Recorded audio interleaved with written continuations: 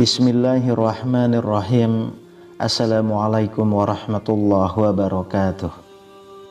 Alhamdulillahirabbil alamin. Allahumma shalli ala sayyidina Muhammad wa ala ali sayyidina Muhammad.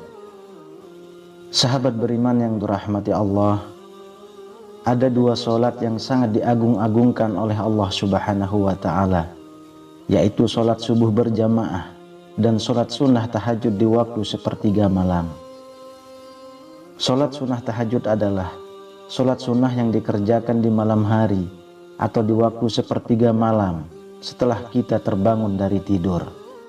Solat tahajud dikerjakan setidaknya 2 rakaat dan sebanyak-banyaknya tidak terbatas sesuai dengan kemampuan kita masing-masing. Dan ketahuilah, solat tahajud merupakan kehormatan bagi seorang muslim karena dapat mendatangkan kesehatan, menghapus dosa-dosa yang dilakukan pada siang hari, dan dapat menghindarkan kita dari kesepian di alam kubur kelak. Dan tentunya masih banyak keutamaan yang lain dari sholat sunnah tahajud ini, seperti diangkatnya derajat kita oleh Allah Subhanahu wa ta'ala menuju tempat yang terpuji di hadapannya, serta kita pun akan diberikan jalan keluar dan solusi dari setiap permasalahan yang sedang dihadapi, serta kita dapat meraih ridho, rahmat dan maghfirah dari Allah Subhanahu wa ta'ala. Serta masih banyak lagi keutamaan yang lainnya dari keutamaan dan keistimewaan sholat sunnah tahajud ini. Rasulullah Shallallahu Alaihi Wasallam bersabda, sholat tahajud adalah sarana untuk mendapatkan keridhaan dari Allah Subhanahu wa ta'ala, kecintaan para malaikat, sunnah para nabi, cahayanya pengetahuan dan pokok keimanan, serta selalu mendapatkan rezeki yang sangat luas dan terkabulnya doa-doa. Dengan banyaknya keutamaan sholat sunnah tahajud ini, maka jangan kita sia-siakan hanya melakukan sholat sunnah tahajud saja.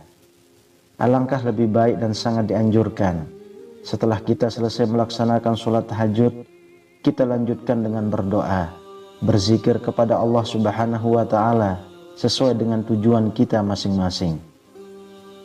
Sahabat beriman, berikut ini zikir dan doa yang jangan sampai kita lewatkan untuk kita baca setelah sholat sunnah tahajud, karena zikir ini yang selalu dibaca oleh Rasulullah Shallallahu Alaihi Wasallam ketika beliau selesai melaksanakan sholat sunnah tahajud. Yang pertama adalah membaca istighfar 3 kali. Astaghfirullahalazim, allazi la ilaha illa huwal hayyul qayyum wa atubu ilaih.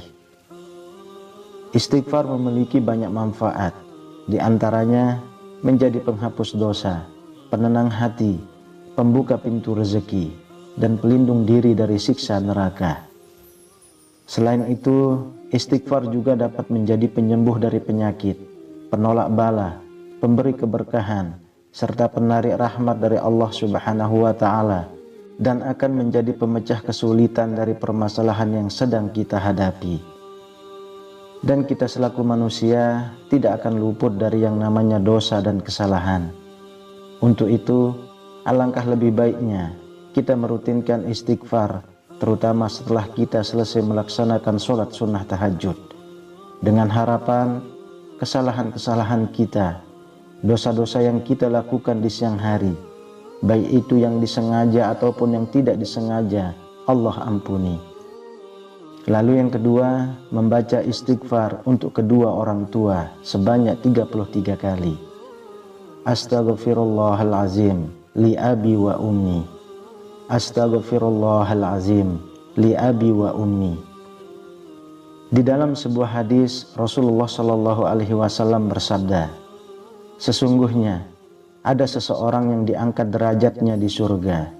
Kemudian dia bertanya, bagaimana aku bisa mendapatkan ini? Maka dikatakan kepadanya, berkat istighfar dari anakmu untukmu. Hadis riwayat Ibnu Majah. Jadi kita selaku seorang anak, jika orang tua kita sudah meninggal, maka ketika kita membacakan istighfar untuk kedua orang tua kita, maka insya Allah orang tua kita di alam kuburnya akan diberikan ketenangan oleh Allah Subhanahu wa Ta'ala, akan diberikan kenyamanan oleh Allah Subhanahu wa Ta'ala karena istighfar kita, sehingga dosa-dosa orang tua kita Allah ampuni dan ringankan. Kemudian apabila orang tua kita masih hidup, ketika kita seorang anak beristighfar untuk kedua orang tua kita, maka orang tua kita, dosa-dosa yang dilakukan oleh orang tua kita di kesehariannya, baik itu yang disengaja ataupun yang tidak disengaja, insya Allah akan Allah ampuni berkat istighfar kita seorang anak untuk kedua orang tuanya. Yang ketiga, membaca surah Al-Ikhlas sebanyak 3 kali.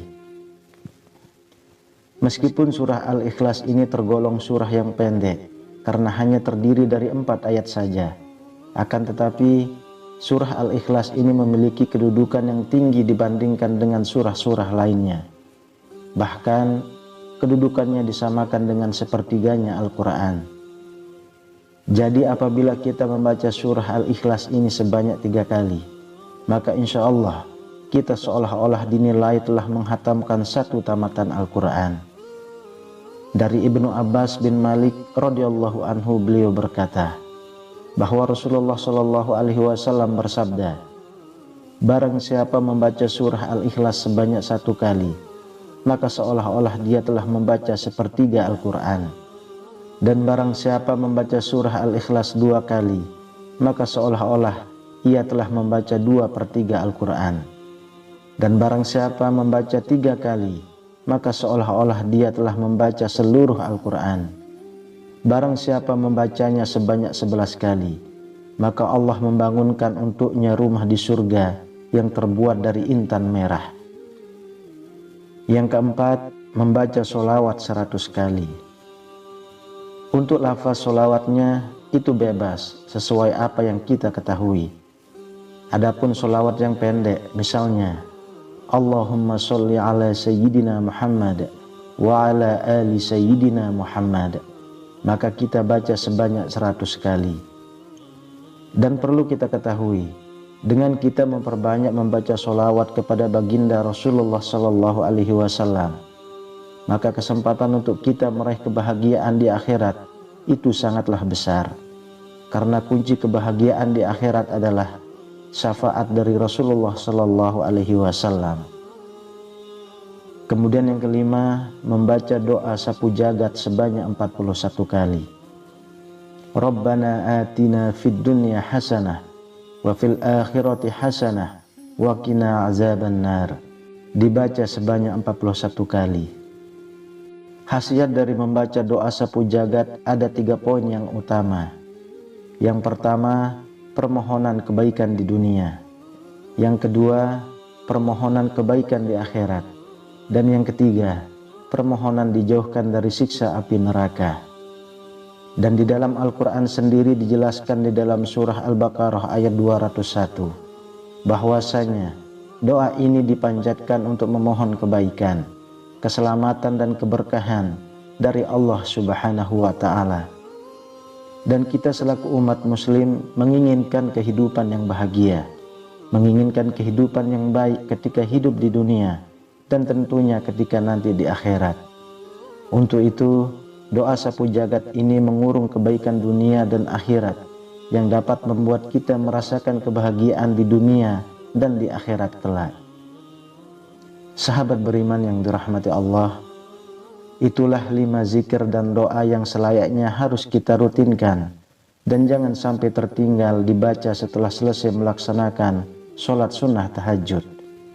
Maka insya Allah jika kita bisa merutinkannya, kebaikan dunia, kebaikan di akhirat akan kita raih. Rahmat, ridho dan magfirah dari Allah Subhanahu wa Ta'ala akan kita dapatkan, sehingga kita akan hidup dengan penuh kenyamanan, kedamaian, ketenangan, dan bukan hanya hidup di dunia saja yang demikian. Dan ketika kita nanti hidup di akhirat pun, kita akan merasakan yang namanya kenyamanan dan ketenangan, keindahan, berkah, rahmat, ridho dan magfirah dari Allah Subhanahu wa Ta'ala. Amin ya rabbal alamin. Wallahu a'lam bishawab. Semoga bermanfaat untuk kita semua. Assalamualaikum warahmatullahi wabarakatuh.